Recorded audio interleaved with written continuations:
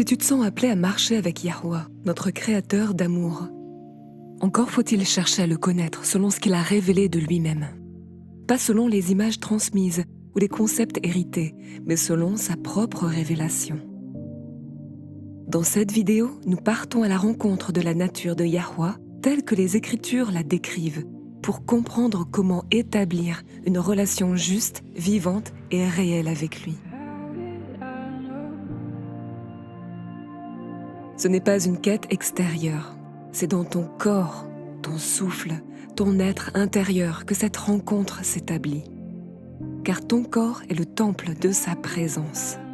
Et c'est là que peut se vivre l'unité, dans l'intimité, dans l'écoute, dans l'obéissance du cœur.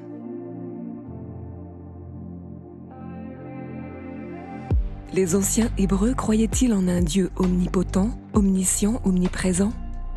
Pas dans ces termes philosophiques abstraits, tels qu'ils ont été formulés plus tard par la théologie grecque et la philosophie chrétienne médiévale, comme chez Augustin, Thomas d'Aquin, etc.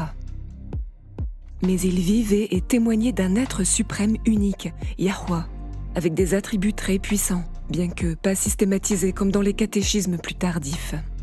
Ce que l'on peut affirmer, concernant l'omnipotence, oui, les textes parlent de Yahweh comme le créateur de toutes choses, qui commande à la mer, au ciel, à la vie et à la mort, voir Genèse, Job, les psaumes, etc. Il est le Tout-Puissant, El Shaddai. Quant à l'omniscience, l'idée que Yahweh connaît les cœurs, voit l'avenir et n'est jamais surpris par quoi que ce soit est bien présente. Qu'en est-il de l'omniprésence ? Moins exprimée sous forme abstraite, mais l'idée que rien n'échappe à Yahweh, qu'il voit tout, qu'il est au ciel et sur la terre, est bien là, voir Jérémie 23, 24. Mais encore une fois, ces notions sont vécues, expérimentées dans le cadre d'une alliance, d'une relation, plus que pensées comme des attributs philosophiques. Qu'en est-il des Natsarim ? Les Natsarim, qui sont les disciples originels de la voie du Messie Yahusha, n'ont pas adopté la théologie grecque. Leur foi restait enracinée dans les écritures hébraïques. Ils reconnaissent Yahweh comme le véritable être suprême, et Yahusha comme son Messie, l'homme oint, né d'en haut. Ils n'ont jamais confessé une trinité, bien que dans les manuscrits on retrouve la notion de deux principautés aux cieux et même d'un conseil divin, ni séparé l'esprit comme une personne à part. L'Esprit était promis comme la puissance active de Yahweh, comme dans la Genèse, chapitre 1, verset 2, ou Joël 2. Leur perception de Yahweh était la suivante: unique en son genre, saint, juste, compatissant, puissant, agissant dans l'histoire réelle, attentif à l'homme, mais au-dessus de toute création. Yahweh est celui qui est, Aryeh, Asher, Aryeh, une expression en hébreu au temps inaccompli, qui signifie « je serai qui je serai » ou « je suis celui qui continue d'être ». Il est, il était et il sera de toute éternité. Donc les anciens Hébreux et les Natsarim croyaient en un être suprême, unique en son genre, suprêmement puissant, sage et présent, mais sans formalisme philosophique. La vision omnipotent, omniscient, omniprésent est plutôt un filtrage grec de la vérité biblique avec un vocabulaire qui a parfois dénaturé la simplicité et la profondeur hébraïque. Beaucoup parlent aujourd'hui de la source ou de l'univers, comme d'un courant d'énergie, d'un principe créateur, d'une force impersonnelle qui anime tout. Mais dans les Écritures, la véritable source, l'origine de tout, n'est pas une énergie neutre ou une conscience diluée dans le tout. C'est Yahweh, l'être vivant unique, saint, conscient, qui crée, parle, agit, aime et se révèle. Il n'est pas l'univers, il l'a créé. Il n'est pas une force, mais le Père, celui qui donne le souffle, la vie et la vérité. Car c'est en lui que nous avons la vie, le mouvement et l'être. Acte 17, 28. Revenir à la vraie source, ce n'est pas se fondre dans une énergie cosmique. C'est revenir à Yahweh, dans l'humilité, la reconnaissance et l'alliance. Il ne se laisse pas réduire à une idée, il appelle, il répond, il demeure. Et c'est dans ton propre corps, temple vivant, que cette rencontre peut avoir lieu, si tu t'y rends disponible. Une petite aparté, sachez que dans la pensée antique, notamment grecque, le terme cosmique renvoie principalement au monde sublunaire, c'est-à-dire sous la lune, sous les cieux visibles. Et donc, dans notre cosmologie biblique, sous le firmament, sous la domination du Créateur Yahweh, qui lui seul est au-dessus de tout, le Très-Haut. C'est très différent de la conception moderne du mot cosmique, qui est souvent flou et tend à englober tout ce qui est dans une idée d'énergie universelle. Donc personnellement, aujourd'hui, lorsque j'emploie le mot cosmique, je l'utilise en ayant conscience de cela.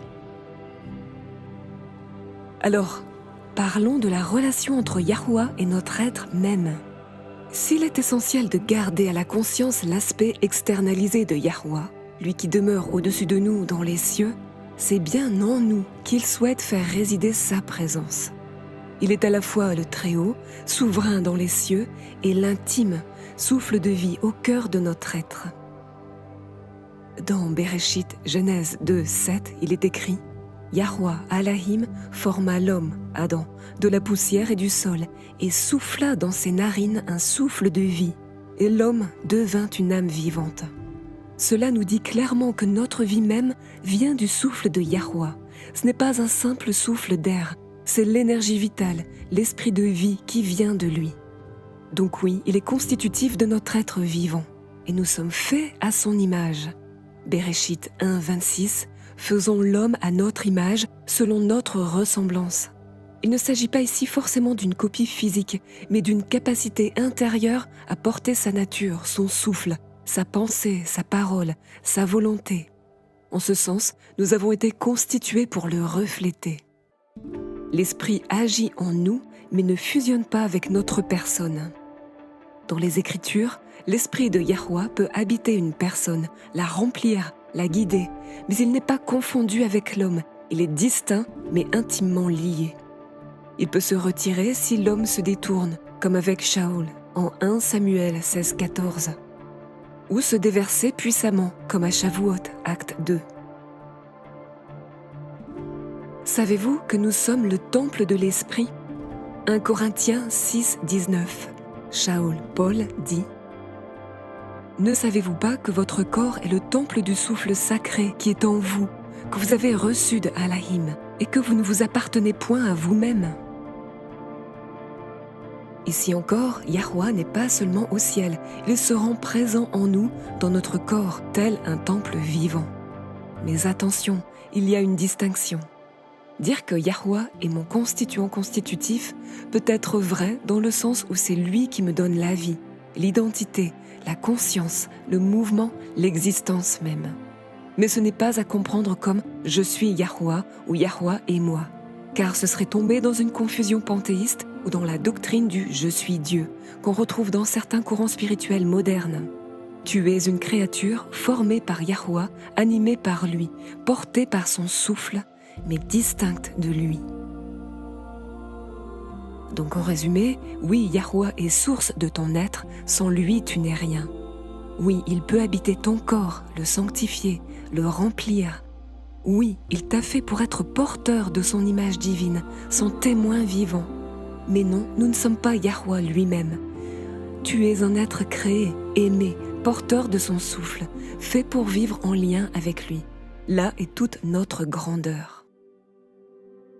L'esprit de Yahweh, le Ruach, est comme, entre guillemets, un éther vivant, milieu invisible, immatériel, mais fondamental, par lequel toute chose est soutenue, animée et mise en lien. L'énergie source qui permet à la matière d'exister, de s'organiser et de rester vivante.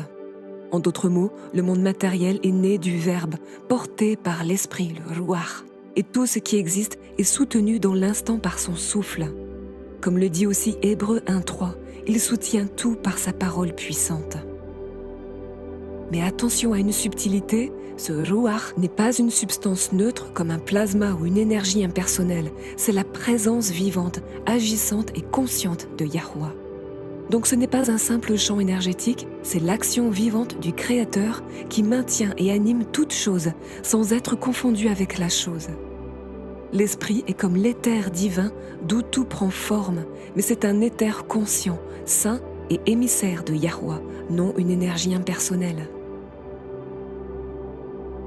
C'est au sein de notre propre corps que l'unité avec lui se fait. C'est ici même qu'est l'essence de la voie Natsarim. Ce n'est pas dans un bâtiment, ni dans une institution religieuse, ni à travers des rituels sans cœur, mais au-dedans de toi, dans ton propre corps vivant, dans le silence sacré de ton être, que peut s'établir l'unité avec Yahweh. Ton corps est ce temple pour sa présence, un sanctuaire vivant, un lieu préparé pour accueillir sa divine présence. Je mettrai mon souffle en vous et vous vivrez. Yehezkel, Ézéchiel 37, 14. Ne savez-vous pas que vous êtes le temple d'Alahim et que l'esprit d'Alahim habite en vous? 1 Corinthiens 3, 16. Ce que beaucoup cherchent à l'extérieur, dans les temples faits de mains d'hommes, Yahweh veut le placer dans l'homme même, sanctifié, rendu vivant par son souffle. Cette unité se vit dans l'intimité. Ce que Yahusha enseignait, c'était un retour à la relation directe dans l'intimité. Mais toi, quand tu pries, entre dans ta chambre, ferme ta porte et prie ton Père qui est là dans le lieu secret. Matityahu, Matthieu 6, 6. Ce lieu secret, c'est aussi l'espace intérieur de ton cœur, là où personne d'autre ne pénètre, là où tu peux te rendre entièrement vrai devant Yahweh.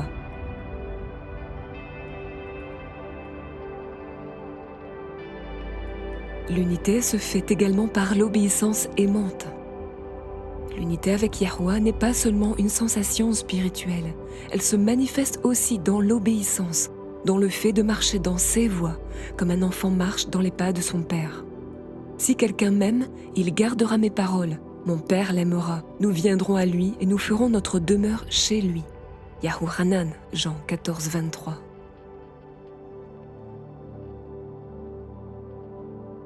Alors, comment trouver le chemin du sanctuaire intérieur? Oui, c'est dans ton propre être sanctifié que peut se vivre l'union avec lui. Ce n'est pas une fusion, comme dans certaines philosophies orientales, mais une alliance vivante, une communion, une habitation mutuelle. Tu te rends disponible, tu purifies ton cœur, ton corps, et lèves ta conscience et Yahweh vient y demeurer. Et le fruit de cette unité? C'est la paix, la force tranquille, la lumière intérieure, la joie simple, l'amour véritable, le discernement juste, non pas venu de toi, mais de lui en toi. Se rendre disponible à la présence de Yahweh, c'est exactement ce à quoi le chemin de la voie appelle, une vie d'alliance vivante, une proximité concrète avec l'être suprême, dans la vérité, la simplicité et l'obéissance du cœur. Alors, la présence de Yahweh est réelle, active, offerte. Dans la pensée Natsarim, Yahweh n'est pas un concept lointain, ni une idée figée. Il est l'être suprême qui siège dans les hauteurs du firmament, au plus haut des cieux, et pourtant il se rend proche de ceux qui le cherchent. Il se révèle, il parle, il guide, il console, il corrige. Il cherche les cœurs disposés, des vases purifiés, des consciences éveillées. Il n'y a rien de mystique là-dedans, ni d'émotionnel à tout prix. C'est relationnel, spirituel et enraciné dans la vérité. Yahusha est l'exemple parfait d'un homme pleinement disponible à Yahweh. Le Messie Yahusha n'a rien fait par lui-même. Yahusha reprit donc la parole et leur dit « en vérité, je vous le dis, le Fils ne peut rien faire de lui-même. Il ne fait que ce qu'il voit faire au Père. Et tout ce que le Père fait, le Fils aussi le fait pareillement. » Il vivait totalement à l'écoute, pleinement uni à la volonté de Yahweh, dans sa chair, dans sa conscience, dans sa mission. Il est le modèle parfait de disponibilité, et c'est vers cette même disponibilité que les Natsarim sont appelés. Alors, marcher dans la voie, c'est marcher avec Yahweh. Les Natsarim ne cherchent pas juste à croire correctement, mais à vivre la Torah dans l'esprit, rechercher la présence, se soumettre librement à la volonté du Père et porter du fruit digne de cette relation vivante. Celui qui garde ses commandements demeure en Alahim, et Alahim demeure en lui, et nous savons qu'il demeure en nous par l'esprit qu'il nous a donné. 1 Yahuchanan 3, 24. Alors, se rendre disponible à Yahweh, c'est la base même de la vie Natsarim. C'est simple, vrai, intérieur, incarné. C'est une écoute, un abandon, une réponse, une marche. Et donc, nous touchons ici un autre point clé essentiel et même vital pour marcher dans la voie, l'équilibre entre la vérité révélée via l'étude des Écritures et la relation vivante, se rendre disponible à la présence de Yahweh au quotidien. Sans l'Écriture, on perd la direction. Les Écritures sont la boussole, la lumière sur le sentier. Comme il est dit, « Ta parole est une lampe à mes pieds, une lumière sur mon sentier. » Tehillim ou Psaume 119, 105. Elles nous permettent de distinguer le vrai du faux, reconnaître la voix de Yahweh, comprendre ses voies, ses principes, ses promesses, marcher dans la vérité et non dans l'émotion ou l'illusion. Et en même temps, sans la présence, la connaissance reste sèche et à un niveau mental. On peut lire des textes sacrés toute sa vie, mais sans intimité avec celui qui les a insufflés, ça devient de la lettre sans souffle. La lettre tue, mais l'esprit vivifie. 2 Corinthiens 3, 6. Se rendre disponible à Yahweh, c'est laisser l'esprit graver la parole dans le cœur, c'est entendre les appels silencieux, la guidance du jour, c'est vivre la parole et pas juste la lire. Yahusha incarnait parfaitement cet équilibre. Il connaissait les Écritures, les citait, les méditait. Mais il se retirait aussi pour prier, pour écouter, pour demeurer dans la présence du Père. Et quand il parlait ou agissait, c'était nourri des deux. Les paroles que je vous dis, je ne les dis pas de moi-même. Le Père qui demeure en moi fait ses œuvres. Yahuchanan, Jean 14, 10. Tu es donc invité à étudier la parole dans un cœur ouvert et à te rendre disponible dans ton quotidien, dans ton corps, ta voix, tes choix, tes silences, pour que la présence de Yahweh et sa parole deviennent inséparables en toi.